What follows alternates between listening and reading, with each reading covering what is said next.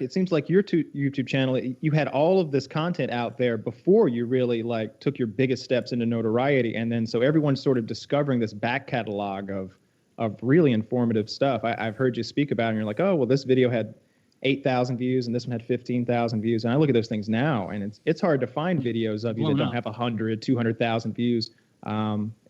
It's really interesting, and it's definitely a good litmus test to show that like what you're saying is not just what people want to hear, it's what people need to hear. You know, there are a lot of people starving to hear that. People have to be crazy if they wanted to hear it. I mean, it's nothing that you'd want to hear. It's about the worst things you could ever think of. You know, your own inadequacy and your lack of ability to take responsibility and your personal contributions to the evils of the world. And you know, it's not exactly bubblegum marketing material. And it's quite stunning to me that it's become so.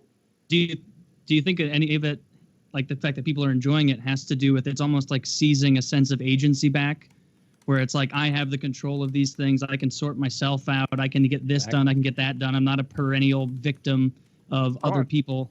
I certainly hope so. I mean, that would be wonderful. And you know, my aim has been as a psychologist all along, as a clinical psychologist, as an educator for that matter, and as a philosopher to the degree that I am one, was to aim at strengthening the individual. You know, everything that my little company does, the programs that we're making and all of that is designed exactly at singular people, you know.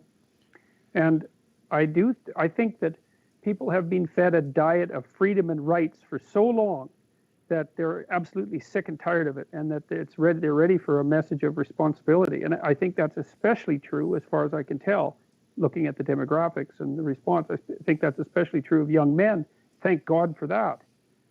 You know, so yeah, it's very curious, but very heartening, that's for sure. I think young men are thirsting for something, right? Because a lot of their standard roles are being taken from them or being usurped in one way or another. They're looking for a purpose.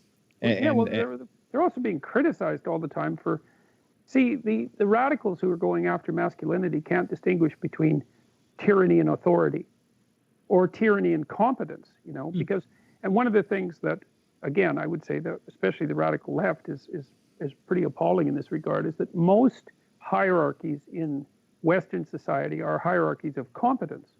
Now, there's a certain degree of corruption and there's a certain degree of power and manipulation and all of that, but you know, compared to what? That's the first question. Compared to Russia, China, or the rest of the world? I mean, God, most places are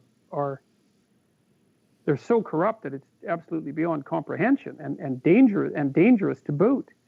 You know, and most of the systems that we have in the West function so well that it's an ongoing miracle, and that's mostly because competent people are running them. Yeah. I mean, here we are having this conversation, and look, the power's still on.